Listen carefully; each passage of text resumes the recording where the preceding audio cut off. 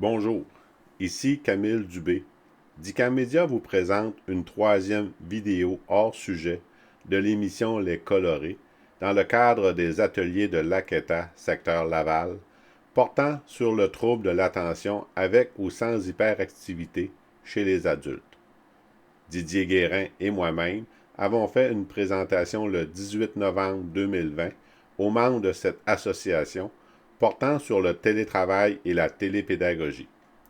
Nous vous souhaitons un bon visionnement.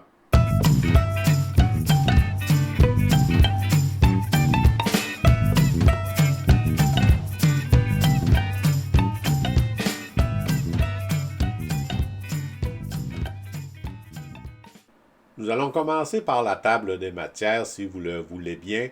On va commencer par avoir une petite introduction pour se mettre au diapason, si on peut dire. Ensuite, on va parler de quelques notions du TDAH, mais vraiment les notions de base. Ensuite, on va discuter du contexte de télétravail et de télépédagogie pour ensuite parler de stratégie au niveau du télétravail et de la télépédagogie. On va parler de l'espace de travail, de l'équipement, de l'importance de maintenir le contact avec le bureau ou l'école.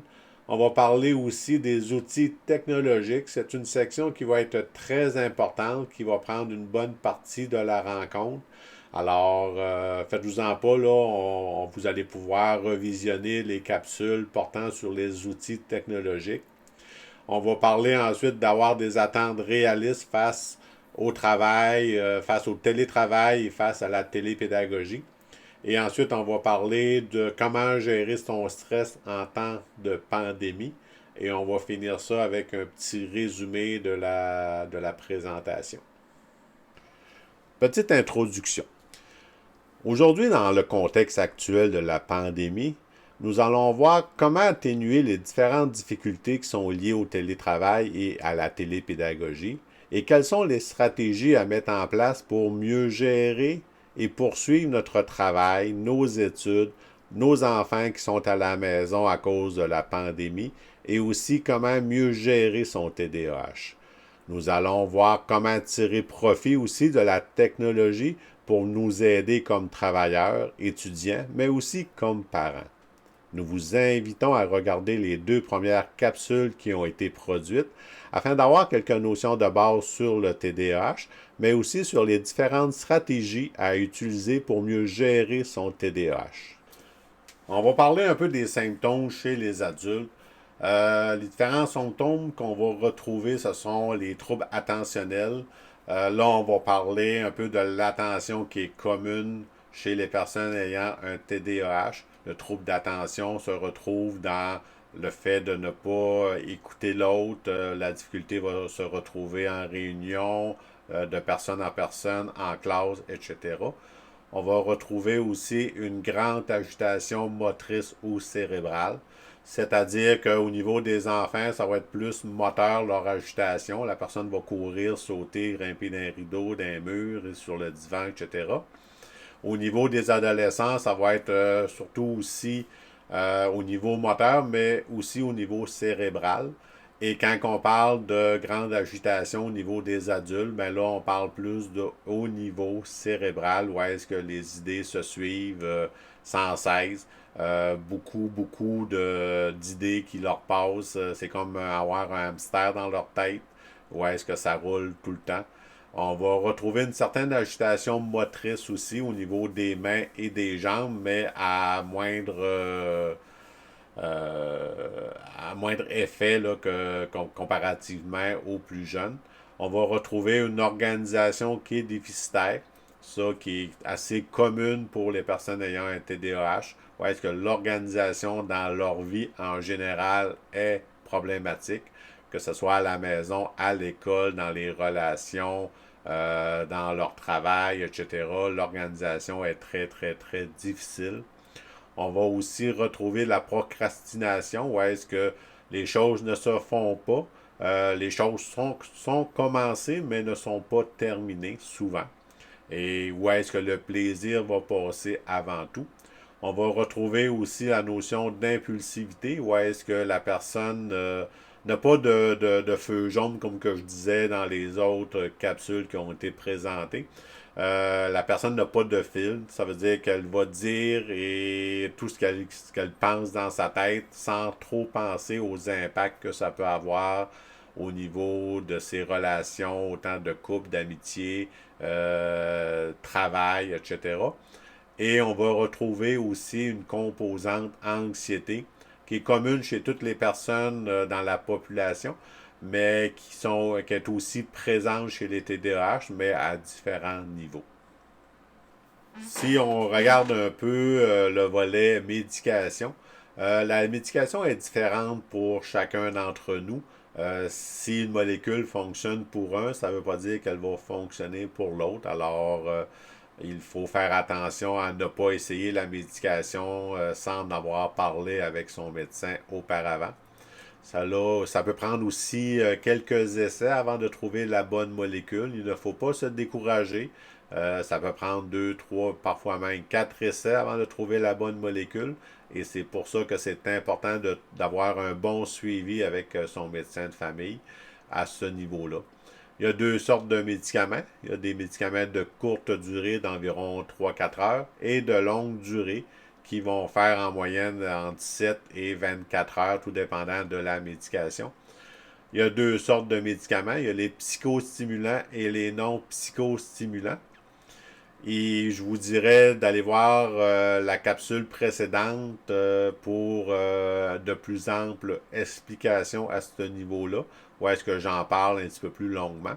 Il y a aussi qu'il faut prendre la médication de façon régulière, à moins que le médecin nous dise le contraire. Dans certains cas, il peut recommander de ne pas prendre de médicaments pour la période estivale, mais c'est surtout pour les enfants, pour ne pas retarder leur développement. Il y a aussi que la médication à elle seule ne fait pas de miracle. Si on ne regarde pas toutes les stratégies qu'on doit mettre en place dans les différentes sphères de notre vie, si on n'y a pas une réorganisation au niveau des habitudes de vie, seule la médication là, ne marchera pas. Alors, il va y avoir encore certaines difficultés qui vont être présentes. Alors, il faut regarder un ensemble de facteurs en plus de la médication pour pouvoir atténuer les impacts du TDAH chez la personne. Parlons du contexte de la pandémie. Euh, Depuis mars 2020, la vie telle que nous la connaissons a changé pour tout le monde. La pandémie a modifié notre façon de travailler ou d'aller à l'école. Plusieurs se sont adaptés, mais plusieurs ne se sont pas adaptés ou ont de la difficulté à s'adapter. Alors, pour les personnes ayant un TDAH, c'est encore difficile pour certains. D'autres, ça va mieux, mais pour d'autres, que ça va moins bien.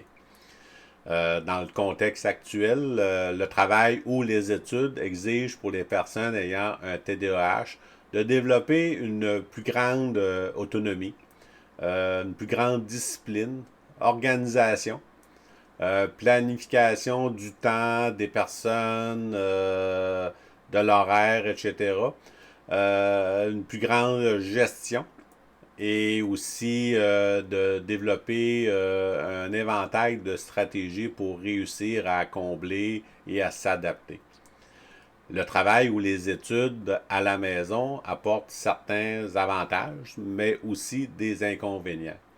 Être confiné à la maison ou travailler ou étudier de la maison, ben ça va affecter le moral. Ça a un impact sur le social. Ça a un impact sur la productivité et aussi l'encadrement. Il faut avoir l'équipement nécessaire pour travailler ou étudier à la maison. Et quand on parle de maison, ben avant ça, quand on revenait de travailler ou on revenait de l'école, ben la maison c'était un peu notre havre de paix, c'était notre endroit pour se laisser aller. Alors que maintenant, ben la maison s'est rendue notre bureau et notre classe. Alors que pour les parents qui ont des enfants à la maison, que ce soit avec ou sans TDAH, Le fait de se retrouver le fait de se retrouver à gérer à distance ce monde-là afin de s'assurer qu'ils suivent leurs cours, qu'ils sont devant leur ordinateur et non pas devant la télé. C'est un casse-tête qui est souvent énorme et qui est difficile à gérer à distance. Alors, on va espérer que ce soir, ben, vous allez trouver des stratégies que vous allez pouvoir adapter et développer pour mieux gérer cet aspect-là à la maison, à distance. Parlons un peu de l'espace de travail qui est à la base du télétravail ou de la télépédagogie.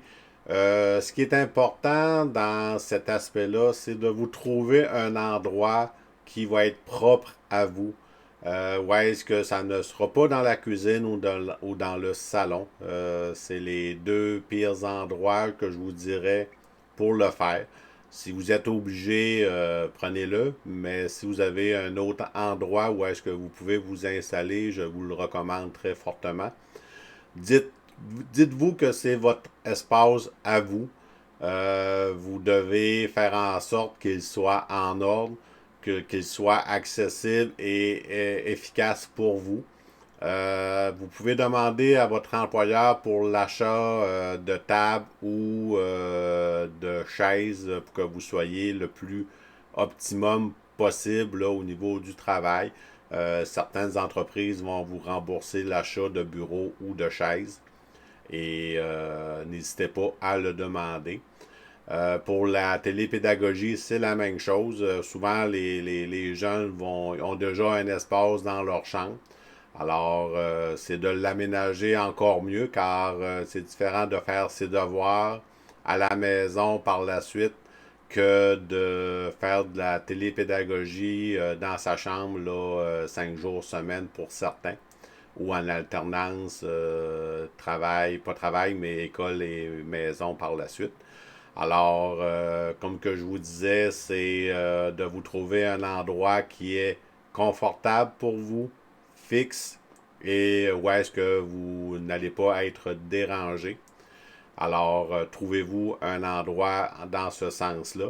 Gardez-le en ordre et demandez à votre employeur pour l'achat de mobilier si c'est possible. Si oui, tant mieux. Sinon, ben, essayez de vous trouver une chaise où est-ce que vous allez être confortable, qui est à mettre coussin, oreiller pour que vous soyez le plus confortable possible. Même chose pour les étudiants. Alors, si votre espace de travail n'est pas optimal, ben, ça risque d'être plus difficile d'effectuer votre travail ou d'étudier ou de suivre les cours à distance. Alors, bonne chance et trouvez-vous un bon endroit.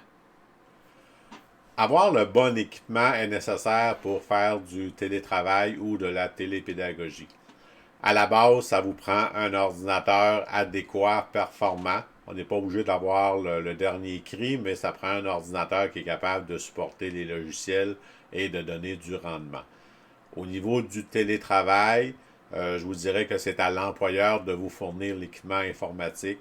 Ce n'est pas à vous en tant que tel, mais c'est à voir avec votre employeur. Au niveau de la télépédagogie, ça, je vous dirais que c'est beaucoup un ajout personnel d'équipement. C'est très rare que l'école ou la commission scolaire va vous fournir de l'équipement informatique. Mais dans des cas spéciaux, ça pourrait être nécessaire. Alors, il suffit d'en parler avec l'école ou la commission scolaire pour le matériel informatique. Comme que je vous disais aussi tout à l'heure, ça prend aussi un espace de travail qui est adéquat, confortable et pour vous. Et où est-ce que vous n'allez pas le partager avec d'autres membres de la famille? C'est votre espace à vous. Il faut que vous soyez un peu aussi à l'aise comme si vous étiez au bureau ou bien à l'école. Alors, il suffit de bien vous équiper, de trouver un endroit adéquat.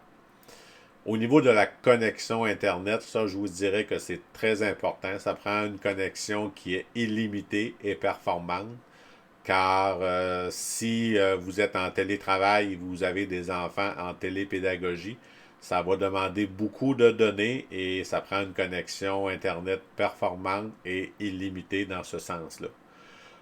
Autre chose nécessaire pour le télétravail ou la télépédagogie, c'est une caméra vidéo avec micro et même parfois un casque d'écoute. Ça va servir à communiquer avec vos collègues, votre patron ou à suivre les cours en ligne et communiquer avec vos amis en classe. Mais ça, c'est un incontournable. Ça vous prend ça absolument. La plupart du temps, sur les portables, là, il y a déjà une caméra, il y a un micro d'intégrer. Mais pour les ordinateurs de table, ben, il faut ajouter un micro et une caméra pour être au maximum de ses capacités. Alors, équipez-vous et ça va bien aller. Garder contact avec le bureau ou avec l'école est très important en télétravail ou en télépédagogie.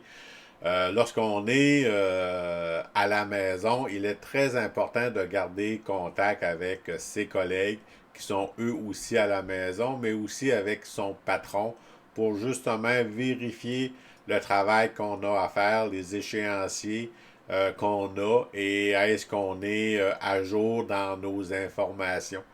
En temps de pandémie, la communication va se faire beaucoup par courriel, téléphone, visioconférence. Alors, c'est important de garder ces contacts-là, de ne pas rester à la maison sans contact. C'est pas bon pour personne.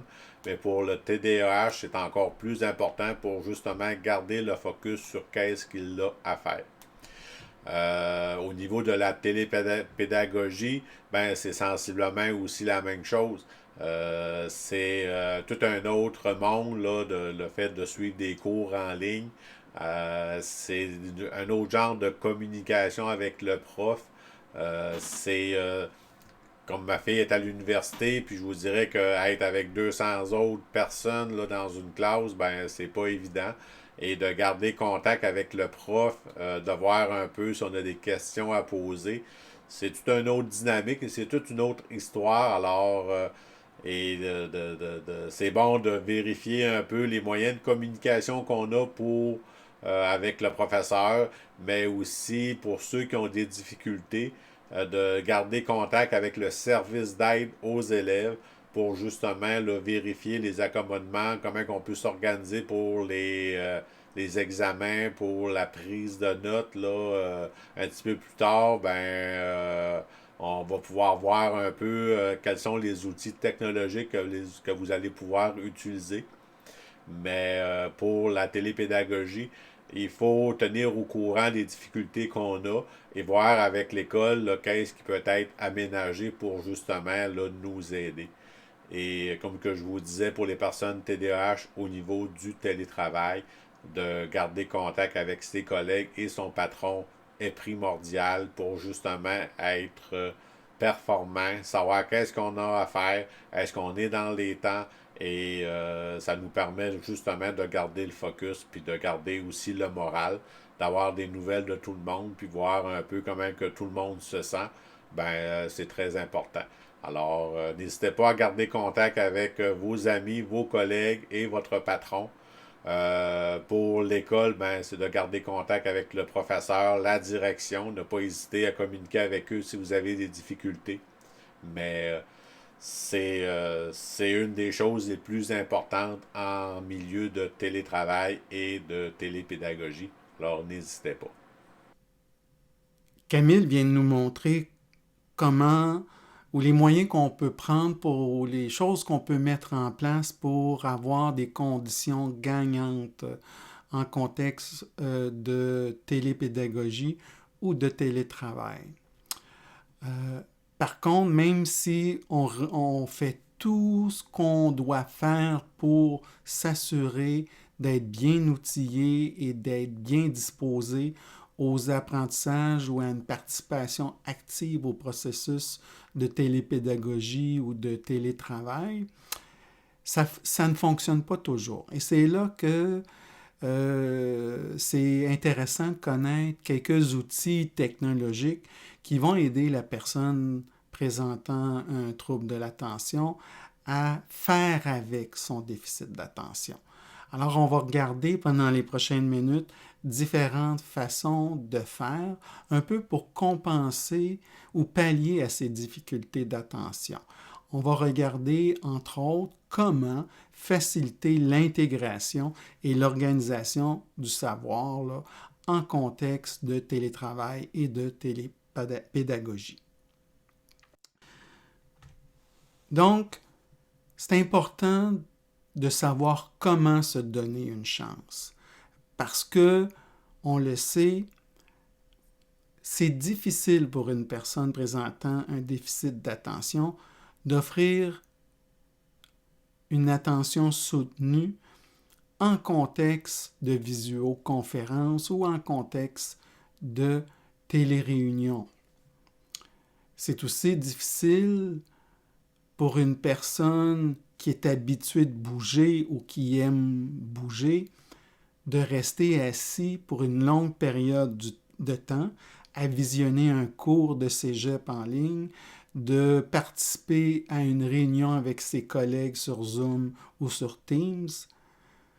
Souvent, puis je vous dirais que c'est pas rare pour la personne avec un trouble de l'attention d'en perdre de longs bouts. À ce moment-là, ça peut être intéressant d'avoir des moyens de revisionner ou de visionner à nouveau, ou de réécouter à nouveau certains cours ou certaines réunions ou certaines formations suivies là, en ligne. Donc, pour pouvoir se donner une chance comme personne avec un trouble de l'attention, on va regarder dans les prochaines minutes comment enregistrer une réunion, une formation, un cours, une conférence là, à des fins personnelles. Avant d'aller plus loin au niveau des outils technologiques qui sont à la disposition des personnes là, pour pouvoir annoter de façon plus automatisée une réunion, un cours ou une formation pour produire des enregistrements qui vont être réécoutés plus tard.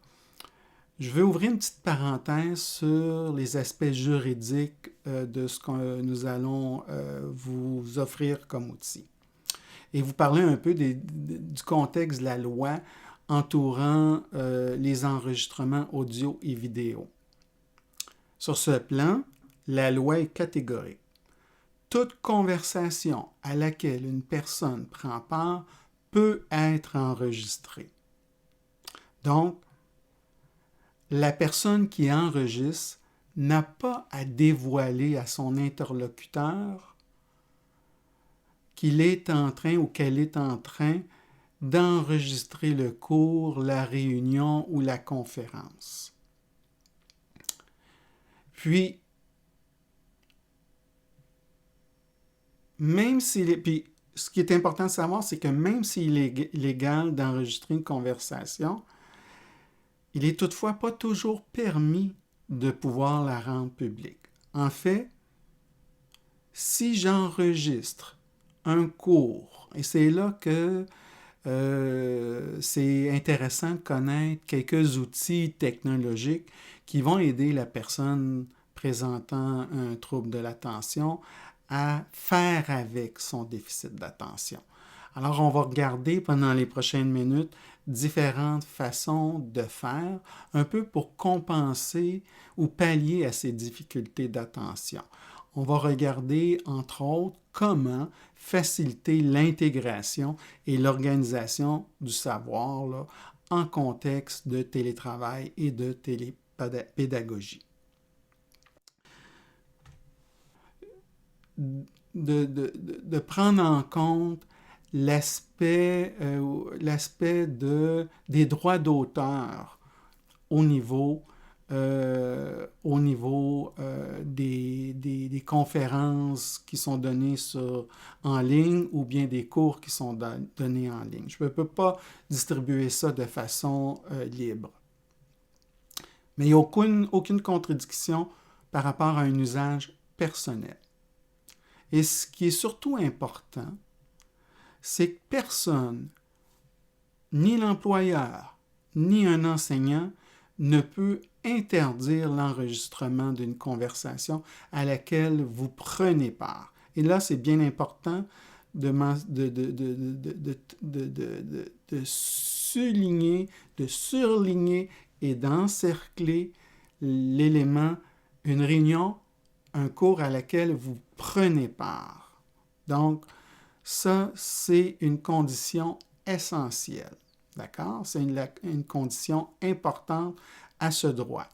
Et si vous êtes dans une situation où un enseignant ou un employeur vous demande si vous êtes en train d'enregistrer ou si vous avez enregistré le contenu d'un cours ou le contenu d'une réunion, vous n'êtes pas obligé, selon la loi, de lui répondre ou de lui dire la vérité. Vous êtes dans vos droits de le faire. Donc, je ferme cette parenthèse parce qu'il y a comme un flou au niveau des connaissances juridiques au plan des enregistrements personnels. C'est vrai que c'est illégal d'enregistrer pour distribuer ou à des fins diffamatoires, mais si on le fait uniquement à des fins personnelles, on demeure dans ses droits. Donc, ceci dit, on va regarder maintenant différentes façons d'enregistrer le contenu d'un cours, d'une réunion ou d'une conférence qu'on regarde en ligne. Il existe différentes modalités d'enregistrement. On va en regarder 3. On va regarder d'abord le mode audio, par la suite le mode vidéo et après le mode verbatim. On va les regarder maintenant un peu plus en détail. Quand on parle d'un enregistrement en mode audio, ce type d'enregistrement va permettre à la personne la possibilité de réécouter un cours, une formation ou une conférence en balado-diffusion. Donc, vous allez avoir, après cet enregistrement, un fichier audio que vous allez pouvoir écouter dans votre voiture, avec votre baladeur, sur votre téléphone portable,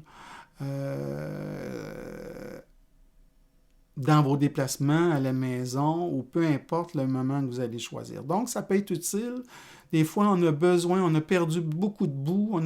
Il y a des bouts où on est parti dans la lune dans un cours, puis ça peut être toujours agréable de pouvoir réécouter un cours, des fois juste avant un examen, ou de réécouter une formation une deuxième fois pour être sûr que je vais intégrer tout le contenu enseigné par le formateur. Donc, c'est une voie intéressante. Des fois, dans notre routine au gym, dans notre routine dans notre routine, par exemple, dans la voiture, je peux réécouter un cours, je peux réécouter une formation. Le deuxième mode d'enregistrement est le mode vidéo. Donc, ça va offrir à la personne la possibilité de visionner à nouveau un cours, une formation ou une conférence, mais cette fois-ci sur son téléphone, sur sa tablette, son ordinateur ou encore sa télévision. Donc, ça peut être intéressant de pouvoir à nouveau revoir le contenu tel que je l'ai regardé la première fois pour des fois reprendre aussi, compléter mes notes de cours ou bien pour, des fois, il y a des gens qui apprennent bien dans une modalité visuelle et auditive, donc la possibilité de réécouter le cours peut être très aidant à ce moment-là. Et le troisième mode d'enregistrement qu'on va regarder ensemble, c'est celui des verbatims. En fait, les verbatims, c'est une transcription écrite d'un contenu audio. Donc, le mode verbatim va offrir à la personne la possibilité de transcrire de façon automatique un cours, une formation ou une conférence en texte à relire. Donc, ça peut être très, très, très intéressant quand j'ai de la difficulté comme étudiant à faire deux choses en même temps, écouter, regarder et prendre des notes, par exemple. Hein? Donc, la possibilité d'utiliser la piste audio d'un enregistrement pour pouvoir transformer l'audio en texte écrit va être excellent pour les notes de cours, puis va être aussi excellent pour une relecture d'un cours. Donc, sans plus attendre, on va regarder immédiatement ces trois façons de produire des enregistrements à des fins personnelles. Nous allons d'abord débuter en regardant ensemble la procédure pour produire des enregistrements audio sur Windows 10. Pour ce faire, nous allons utiliser le logiciel libre Audacity. Audacity est un logiciel qui permet de faire des enregistrements audio, mais offre aussi la possibilité de faire du montage audio.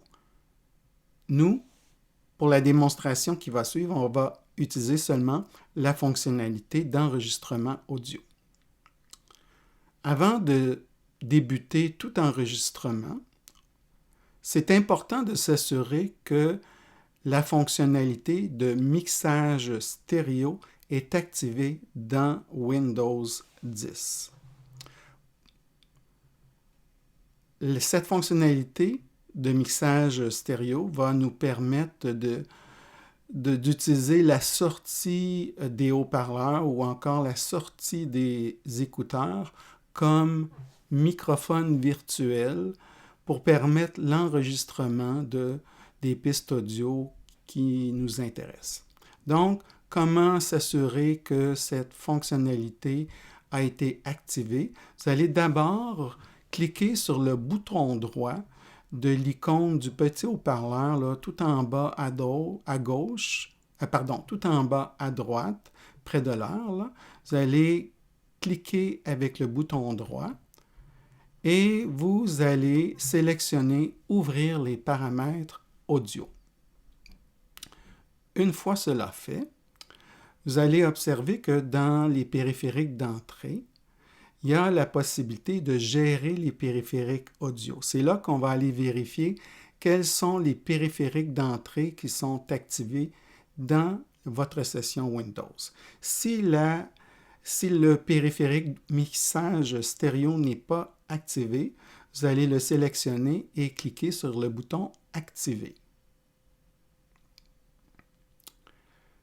Par la suite, vous pourrez sélectionner ce périphérique comme périphérique pour produire les enregistrements. Donc, vous regardez votre conférence, vous regardez votre formation ou vous assistez à un cours en ligne et puis vous lancez Audacity pour pour enregistrer le contenu audio. Pour ce faire, au niveau des périphériques, vous allez sélectionner dans Audacity le mixage stéréo et produire l'enregistrement en appuyant sur le bouton, le petit rond rouge, pour débuter l'enregistrement. Alors, en principe, une fois l'enregistrement terminé, vous aurez à cliquer sur le petit carré noir et enregistrer votre fichier audio. Donc, c'est-à-dire ce qu'on appelle notamment la licence libre. Donc, c'est pas forcément une licence, mais c'est plus une philosophie, comprenez ça. C'est-à-dire que c'est une manière en fait de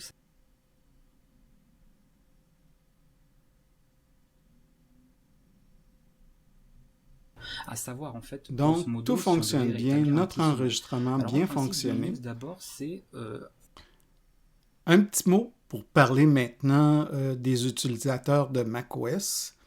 La fonctionnalité d'enregistrement avec le périphérique mixage stéréo n'est pas disponible dans l'environnement de macOS. Toutefois, il est possible de télécharger un logiciel produit par la compagnie Rogue Amoeba. C'est un logiciel intitulé Loopback. En fait, Loopback permet d'installer ce qu'on appelle un câble audio virtuel et permet de simuler un microphone qui est connecté sur la sortie audio des haut-parleurs ou des écouteurs. Donc, à l'aide du logiciel Loopback, il est possible d'enregistrer dans la version Audacity de macOS le contenu provenant d'une vidéo en ligne ou bien le contenu provenant d'une session Zoom ou Teams sur macOS. Vous retrouverez dans la bibliographie le lien vers le site web de la compagnie Rogue Amoeba et vous pourrez télécharger ainsi l'application Loopback sur votre poste de travail macOS. Regardons maintenant comment faire l'enregistrement d'une session Teams ou d'une session Zoom, ou encore l'enregistrement d'une vidéo que l'on regarde en ligne, soit sur YouTube ou sur un site ou tout autre site de vidéos en ligne. Donc, pour pouvoir enregistrer une vidéo avec l'audio, on va devoir utiliser le logiciel libre OBS Studio. Donc, vous allez devoir, dans un premier temps, installer ce logiciel. Nous allons d'ailleurs laisser le lien vers le site de OBS Project pour vous permettre de télécharger OBS Studio et de l'installer sur votre ordinateur. C'est important de mentionner que le logiciel OBS Studio est un logiciel multiplateforme, donc va pouvoir être utilisé soit sur Windows, soit sur macOS ou encore sur Linux. Donc, après avoir installé le logiciel OBS Studio, vous allez devoir ouvrir le logiciel et créer, dans un premier temps, une nouvelle collection de scènes. Donc, pour ce faire, vous allez aller dans le menu supérieur et ouvrir dans la collection, ou plutôt sélectionner dans la collection de scènes l'item nouveau pour pouvoir créer un nouveau projet d'enregistrement. Donc, vous donnez un titre à votre collection de scènes et par la suite, vous devrez appuyer sur le bouton OK. Pour pouvoir réaliser l'enregistrement, je vais d'abord sélectionner comme source une capture de fenêtre. La fenêtre que je vais vouloir sélectionner ou enregistrer, c'est la fenêtre de mon navigateur. C'est peut-être la fenêtre de ma session de mon logiciel de visioconférence. Donc, je choisis la fenêtre et au niveau de la méthode de capture, je choisis celle de Windows Graphic Capture. Après avoir sélectionné l'entrée vidéo, je vais devoir ajouter une deuxième source qui va être l'entrée audio. Donc, je vais appuyer sur le plus et sélectionner l'item Capture audio qui va me permettre d'enregistrer l'audio provenant de Zoom ou de Teams ou du logiciel de la vidéo que je regarde en ligne. Donc, je donne un titre à ma source audio. Après avoir cliqué sur le bouton OK, je vais choisir le périphérique que je vais utiliser pour mon enregistrement. Donc, dans le cas qui nous concerne, on va prendre le son qui provient de la sortie des haut-parleurs. Donc, ce que je peux voir maintenant, c'est que dans mes sources, j'ai une entrée audio et une entrée vidéo.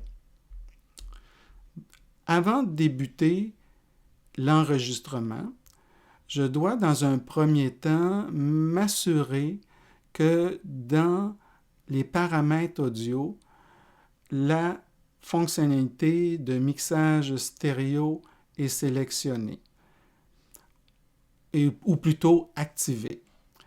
Et dans un deuxième temps, je dois sélectionner ou m'assurer que la sortie du son est à un niveau suffisamment élevé. Donc, Habituellement, je vais procéder à un réglage autour de 50, là, qui est un bon niveau d'intensité sonore pour un enregistrement en ligne. Donc, après avoir ajusté mes paramètres audio, je peux à ce moment cliquer sur le bouton. Je suis prêt en fait à démarrer mon enregistrement. Donc, je démarre mon enregistrement éléments en en lien avec cliquant la sur vie le au bouton travail. démarrer Je pense qu'un des l'enregistrement défis pour à la votre personne droite. présentant un Je mets TDAH, ça va être par la suite ma d'apprendre fenêtre à respecter les règles de l'organisation. Ma vidéo en plein écran et je laisse aller mon enregistrement jusqu'à la fin. Une fois l'enregistrement, ou en fait, une fois le visionnement de la vidéo terminé, je retourne à OBS Studio et je vais devoir cliquer sur le bouton Arrêter l'enregistrement. Voilà. Et par défaut, OBS Studio va enregistrer votre production dans le dossier vidéo. Alors, avec comme indication la date et l'heure de votre enregistrement. Avec la vie au travail. Et je pense de cette façon, vous aurez la possibilité de regarder par la suite sur n'importe quel appareil, que ce soit votre téléphone, votre vidéo ou votre tablette ou encore votre ordinateur, votre vidéo enregistrée. Regardons finalement comment obtenir une transcription écrite d'une formation ou bien d'un tutoriel visionné en ligne sur une plateforme de distribution de vidéos ou encore sur une session de télétravail ou de télépratique avec Zoom ou encore avec Teams. Pour ce faire, nous allons utiliser le traitement de texte Word inclus dans la suite bureautique Office 365 pour obtenir cette transcription écrite de la vidéo ou de la session de travail en visioconférence. D'abord, il va être encore important de s'assurer que nous utilisons bien le périphérique de mixage stéréo pour obtenir l'enregistrement de la trame sonore. Donc, on va, à l'aide du bouton droit sur la souris, cliquer sur le petit haut-parleur en bas et ouvrir les paramètres de l'audio. Dans la gestion des périphériques, on va s'assurer que le périphérique mixage stéréo est bien activé. Une fois cela fait, et que nous sommes en plein cours de visionnement, nous pouvons ouvrir un nouveau document dans Word et nous diriger dans le menu principal à la sélection du menu d'accueil. Là, vous allez retrouver à votre droite un icône avec un microphone et vous allez cliquer sur Dicter. Il faut comprendre que l'open source, à ce moment-là, ils sont pas du tout d'accord pour dire par exemple que c'est le logiciel Word vous pouvez avoir quelque chose de libre qui est open fera source, mais l'open source n'est pas forcément libre. la transcription du texte on parle en termes techniques codage. à partir de la vidéo s'il veut que vous visionnez ou à partir de la session de télétravail ou de télépédagogie. Il y a quelques minutes là, vous avez vu que ça Une fois cela terminé, c'est pas forcément quelque chose de vous technique. pourrez aller cliquer en bas sur l'icône du microphone de couleur rouge. Là, on parle vraiment en termes techniques codage, alors que la liberté, le libre... Donnez un titre à votre document et procédez par la suite à l'enregistrement de celui-ci.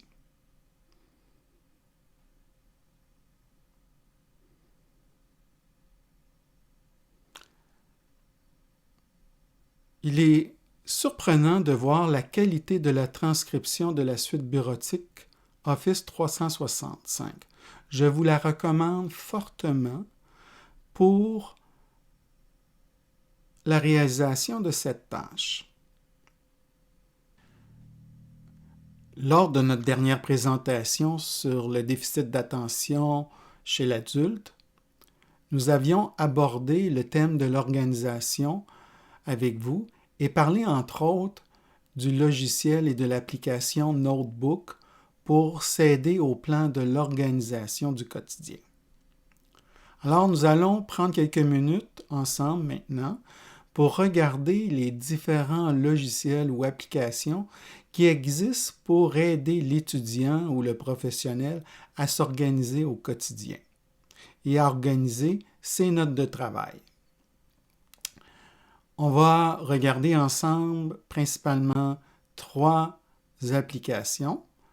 D'abord, le logiciel Notebook de la compagnie Zoho. Dans un deuxième temps, nous allons parler de OneNote de Microsoft et nous allons effleurer le sujet de Google Keep de Google. Regardons d'abord ce qui distingue ces logiciels un de l'autre. Tous les 3, autant Notebook, OneNote que Google Keep, sont multiplateformes, donc il est possible d'utiliser ces logiciels autant sur macOS, Windows, Linux, autant sur iOS ou encore Android. Ce qui caractérise Notebook, c'est la possibilité d'enregistrer des fichiers audio à l'intérieur des notes que l'on prend. Il est aussi possible d'insérer des pièces jointes comme des documents PDF, des photos, des images ou encore des documents Word. La principale critique que je fais à ce logiciel, c'est qu'il existe uniquement en français pour les plateformes Android et iOS, donc uniquement en français sur les tablettes et téléphones. Quant au logiciel OneNote, celui-ci permet, en fait c'est le seul qui le permet, la saisie vocale qui est disponible. Donc, il est possible d'obtenir des transcriptions écrites de pistes audio qu'on enregistre lors de nos prises de notes. Lui aussi permet l'insertion de fichiers audio et aussi l'insertion de pièces jointes comme des documents Word, PDF, des photographies ou encore des images. En ce qui a trait finalement à Google Keep, celui-ci a quand même une utilisation qui est beaucoup plus limitée et se restreint à la possibilité de prendre des notes, de petites notes, de petites notes sous forme de texte, ou encore d'insérer des documents joints comme des documents PDF, des documents Word ou encore des photos ou des images. Mais ne permet pas la saisie vocale et ne permet pas l'enregistrement de fichiers audio à l'intérieur des notes. Donc, prenons quelques minutes pour regarder la fonctionnalité d'enregistrement de notes audio à l'intérieur des cahiers de Notebook. Pour le but de cet exercice, on va d'abord créer dans Notebook un cahier que nous allons intituler « Conférence ». Pour ce faire, nous allons cliquer sur le petit plus et donner un titre à notre cahier. Donc, dans le cas qui nous concerne, on va appeler ce cahier « Conférence ».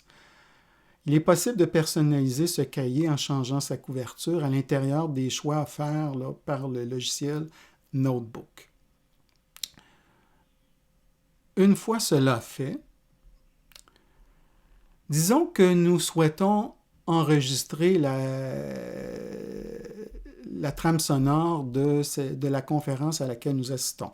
Donc, dans un premier temps, c'est important de s'assurer que la fonctionnalité du périphérique mixage stéréo est activée et que nous réglons à un niveau d'intensité sonore suffisant pour permettre un enregistrement de qualité. Donc, supposons que vous êtes en cours de visionnement d'une conférence. Là, ici, je sélectionne le titre de cette conférence pour pouvoir l'intégrer à la note que je vais ajouter. Je sélectionne en haut, dans les petits 3 points, la fonctionnalité d'enregistrement audio. Je colle le titre de la conférence et ce que je peux voir, c'est que le périphérique de mixage stéréo me permet d'enregistrer justement la piste audio du vidéo visionné sur YouTube. Alors, arrêtons la vidéo sur YouTube pour pouvoir vérifier par la suite que l'enregistrement a bien réussi. Donc, en appuyant sur le petit triangle, je constate effectivement que j'ai pu ajouter comme note audio dans mon cahier conférence le contenu de la conférence trucs et astuces que nous avons donné la dernière fois. Regardons cette fois-ci d'un peu plus près le logiciel de prise de notes OneNote de la suite bureautique de Microsoft Office 365. Nous allons examiner d'un peu plus près les fonctionnalités de prise de notes audio ainsi que la fonctionnalité de transcription écrite de l'application. Donc, regardons d'abord la fonctionnalité de prise de notes en modalité audio seulement. Par souci d'efficacité, sélectionnons d'abord le titre de la conférence à l'intérieur de la fenêtre de notre navigateur. Par la suite, ouvrons l'application OneNote dans Microsoft Office et sélectionnons le bloc-notes que nous allons utiliser pour inscrire la nouvelle note audio. Dans le cas qui nous concerne, dans notre cours d'informatique, nous allons, à l'aide du bouton droit de la souris, créer une nouvelle note et coller le texte copié dans la fenêtre de notre navigateur pour insérer le titre de la conférence. Par la suite, avant de procéder à l'enregistrement d'un clip audio dans notre note, nous allons, pour ce faire, sélectionner dans Insertion la fonctionnalité audio pour permettre l'enregistrement de la piste sonore. D'abord, toutefois, nous allons devoir nous assurer que la fonctionnalité du périphérique de mixage stéréo est activée à l'intérieur des paramètres de son de Windows 10. Lorsque nous savons que ce périphérique a été activé, nous pouvons, par la suite, s'assurer encore une fois que le niveau sonore est de qualité, ou en fait que le niveau sonore a été ajusté de sorte qu'on puisse obtenir le meilleur enregistrement possible. Une fois cela fait, nous allons cliquer dans le menu transversal le bouton rouge à côté duquel il est écrit « Audio ».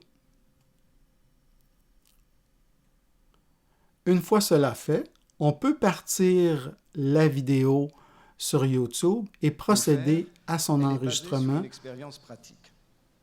Et sans cette expérience pratique, probablement, nous allons laisser fonctionner l'enregistrement pendant quelques secondes, puis nous allons arrêter celui-ci à l'aide du petit carré dans le menu transversal. Arrêtons la conférence en cours et allons vérifier si le tout a bien fonctionné. Pour pouvoir télécharger l'enregistrement audio, vous allez cliquer sur l'icône d'enregistrement à l'aide du bouton droit de la souris et sélectionner Enregistrer sous pour que vous puissiez télécharger ce fichier audio dans votre dossier téléchargement de votre ordinateur personnel. Voyons voir si le tout a bien fonctionné. Effectivement, comme on peut le constater, nous avons maintenant une note audio dans notre cahier de cours d'informatique sur OneNote. Tout comme le traitement de texte Word, OneNote offre la possibilité à l'utilisateur d'obtenir une transcription écrite d'un contenu vidéo. La procédure est sensiblement la même que celle vue précédemment avec Word. Donc, c'est important, dans un premier temps, de s'assurer que le périphérique mixage stéréo a été activé dans les paramètres audio, car c'est ce périphérique qui sera utilisé pour l'enregistrement de la trame audio. Alors, regardons maintenant de plus près comment faire la chose dans OneNote. Donc, après avoir ouvert le logiciel OneNote et sélectionné le bloc-notes qui nous concerne ou que l'on utilisera pour l'enregistrement de la transcription, vous devez cliquer sur l'icône du microphone encore une fois pour obtenir la transcription écrite du contenu audio de la vidéo regardée en ligne ou bien du contenu de la présentation regardée sur le logiciel de visioconférence. Lorsque la présentation ou la formation est terminée, vous devez cliquer à nouveau sur l'icône du microphone pour arrêter l'enregistrement et arrêter ainsi la transcription écrite. Voilà qui fait le tour de quelques-uns des outils technologiques qui existent pour aider les personnes présentant un trouble de l'attention en contexte de télétravail ou de télépédagogie. Il est important pour moi de vous rappeler qu'il existe des balises juridiques en ce qui a trait à l'enregistrement d'un cours, d'une formation ou d'une conférence en ligne. Je vous invite à lire attentivement les avis légaux que nous avons mis en référence avant de procéder. Du reste, nous n'avons touché qu'à quelques-unes des fonctionnalités des logiciels de prise de notes et que peut-être dans le processus, nous n'avons pas vraiment rendu justice à chacun de ceux-ci. Pour moi, les logiciels de prise de notes pourraient faire le sujet d'un autre atelier à lui seul. Avoir des attentes réalistes, je crois que c'est important d'en parler en temps de pandémie, car tout est nouveau, tout le monde doit s'adapter. C'est une autre façon de faire, de travailler, d'aller à l'école. Et c'est une situation qui est très difficile pour certains. D'autres vont s'adapter un petit peu mieux, d'autres vont avoir plus de difficultés. Mais c'est de prendre le temps de trouver la meilleure façon de travailler pour nous, d'aller à l'école, de suivre ses cours. C'est une adaptation constante et des fois, il y en a qui vont prendre un petit peu plus de temps pour s'adapter, mais c'est important d'y aller à son rythme. C'est important d'en parler avec son patron quand on est en télétravail. Tout dépendant de la situation familiale qu'on vit aussi. Parfois, ça peut être plus difficile de travailler à la maison parce que notre conjoint est aussi à la maison ou notre conjointe. On a des enfants aussi à la maison. Alors, des fois, c'est impossible de faire une journée de travail pleine comme qu'on faisait au bureau.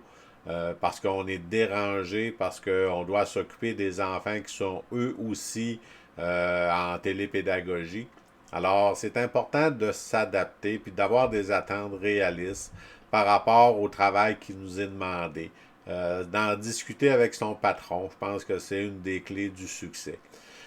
Pour ce qui est de la télépédagogie, pour les jeunes, ben c'est un autre monde virtuel dans lequel ils ne sont pas habitués en tant que tel à aller là, sont habitués d'être en contact avec leurs amis, le professeur, etc.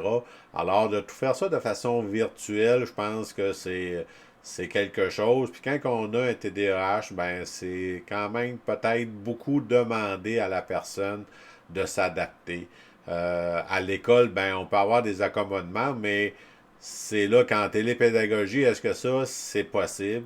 Il faut en discuter avec le service d'aide aux élèves quand on est au cégep et à l'université, mais d'en parler avec le professeur ressources quand on est au secondaire. Si c'est possible de prendre moins de cours aussi pour les personnes qui sont au cégep ou à l'université, ben, ça peut être aussi une option. Comme ça, ben, on est moins surchargé.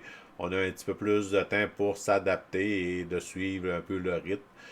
Mais faut pas hésiter à demander de l'aide quand on n'y arrive pas ou quand on trouve qu'on a plus de difficultés. Ne pas attendre, ne pas faire en sorte d'avoir des gros échecs là, à la fin de l'année. Si on prend le problème en main tout de suite, ben on a des chances de pouvoir réussir notre fin d'année scolaire. Mais l'important, c'est de ne pas hésiter, de ne pas avoir honte de demander de l'aide. C'est tout à fait normal. C'est important de prendre un peu du recul, de penser à notre affaire, de regarder c'est quoi ma situation, puis de faire des changements si c'est nécessaire. Euh, que ce soit au niveau de notre espace de travail, au niveau de la garde des enfants quand que les conjoints ou les conjointes sont séparés, est-ce qu'il y a moyen d'avoir une garde adaptative un peu? Quand tout le monde est à la maison, ben comment qu'on peut s'organiser? C'est quoi les limites qu'on doit mettre en place? Et d'en parler à son patron, d'en parler avec ses amis, de qu'est-ce qu'on vit, de ne pas rester avec le moton en dedans là, quand on trouve ça difficile. C'est pas facile pour personne, c'est une situation qui est extraordinaire, mais qui est hors de l'ordinaire surtout, mais qui est gérable d'une certaine façon. Mais pour ça, il faut prendre les moyens, il faut aller au-devant des difficultés, penser, s'organiser, planifier. Mais si c'est fait dans un contexte où est-ce que tout le monde est là pour s'entraider, je crois que on peut avoir des attentes qui vont être réalisables, qui vont être réalistes, mais pour ça, prenez le temps, adaptez-vous et soyez réaliste par rapport à vos capacités et qu'est-ce qui vous est demandé. Bien gérer son stress en temps de pandémie, ben je crois que le stress est assez présent pour tout le monde avec ou sans TDAH. Là, c'est une situation qui est stressante. On écoute les nouvelles, on est à l'affût de qu'est-ce qui se passe, de tout ce qui est les cas d'éclosion qu'il peut avoir. Mais quand on est en télétravail ou en télépédagogie, ben je pense qu'on essaye de garder notre calme, on essaye de voir un peu sur quoi qu'on a du contrôle dans un premier temps. On n'a pas le contrôle sur tout, mais sur quoi qu'on peut avoir du contrôle, là? Est-ce qu'on a le contrôle sur nos sorties, sur qui qu'on voit, sur qu'est-ce que nos enfants font? D'une certaine manière, oui et non. Mais je crois que d'avoir un certain contrôle sur qu'est-ce que nous avons et sur quoi nous avons du pouvoir, je pense que ça va être important de garder ça. D'avoir une bonne hygiène de vie à la base, je crois que c'est très important. D'avoir une bonne qualité de sommeil, une bonne alimentation, de faire de l'exercice, malgré que les gyms soient fermés, ben, je pense que d'aller prendre une marche dehors, d'aller faire nos exercices, on est habitué à faire du jogging, des choses comme ça. C'est important de le continuer et d'avoir une certaine routine qu'on a instaurée à la maison, ben de garder cette routine-là le plus possible. Il faut rester informé, mais pas trop en même temps. Il faut juste savoir un peu qu'est-ce qui se passe, mais de ne pas mettre le focus seulement là-dessus et de ne pas trop s'en faire aussi. C'est de faire confiance un peu aux autorités pour voir un peu comment ça se passe et comment ils vont régler ça. On peut appliquer aussi différentes stratégies là, comme la méditation, le yoga, écouter de la musique, faire du sport pour justement diminuer notre stress puis penser à autre chose. Ne pas rester seul aussi avec nos inquiétudes, en parler avec nos amis, nos parents. C'est important de ne pas rester, comme je disais tout à l'heure, avec le moton en dedans et de faire en sorte que notre anxiété va augmenter. Alors, parlez-en. Et de ne pas toujours rester à l'intérieur aussi, de sortir dans les limites du confinement. Mais je pense que d'aller prendre des marches, d'aller à l'extérieur, d'aller dans la nature, d'aller faire nos commissions qui sont nécessaires, c'est important. Surtout quand on est en télétravail ou en télépédagogie, de toujours être à la maison, ben c'est pas bon. C'est bon de changer d'air, de, de, de, de respirer autre chose, d'avoir un autre visuel que nos quatre murs de maison. Ben ça fait du bien aussi. Et là, j'ai mis un lien aussi sur pouvoir d'autres stratégies, qui est un organisme là à Montréal, TCC Montréal. Et c'est très pertinent, c'est très bon comme stratégie, alors n'hésitez pas à les consulter. Mais de bien gérer son stress, c'est aussi bien gérer sa personne, de bien gérer la famille, de bien gérer son travail. Et comme ça, ben, le stress a tendance à diminuer et on essaie de garder contrôle sur qu'est-ce qu'on peut avoir le contrôle aussi. C'est ça le plus important. Pour résumer, je vous dirais que le télétravail et la télépédagogie ont apporté leur lot de difficultés à beaucoup de personnes, mais ça a permis aussi de développer l'adaptation, l'autonomie, une maîtrise technologique que beaucoup ne savaient pas qu'ils avaient, qui ont appris à utiliser un ordinateur, qui ont appris à utiliser différents logiciels. Et c'est un plus pour ces personnes-là. Alors, pour les personnes qui ont un TDAH, ben, ça a fait ressortir beaucoup de qualités qu'ils ont en dedans de eux et que, comme la débrouillardise, l'ingéniosité, le leadership, la confiance en eux et l'énergie qu'ils ont, s'ils ont pu démontrer toutes ces qualités-là dans différents projets, dans différentes situations, ben tant mieux parce que c'est le propre au TDAH d'avoir toutes ces qualités-là. Il suffit juste de les mettre en avant-plan et tout va bien fonctionner. On va espérer que les stratégies qui ont été démontrées ce soir vont vous aider. Ne pas hésiter à les regarder souvent, à les mettre en application. Comme que je disais, ce qui est important, c'est comment l'intégrer dans notre routine et non pas mettre l'accent sur la stratégie, mais comment l'intégrer. Et en faisant ça, ben, ça va bien aller. Tout le monde va réussir son travail ou ses études.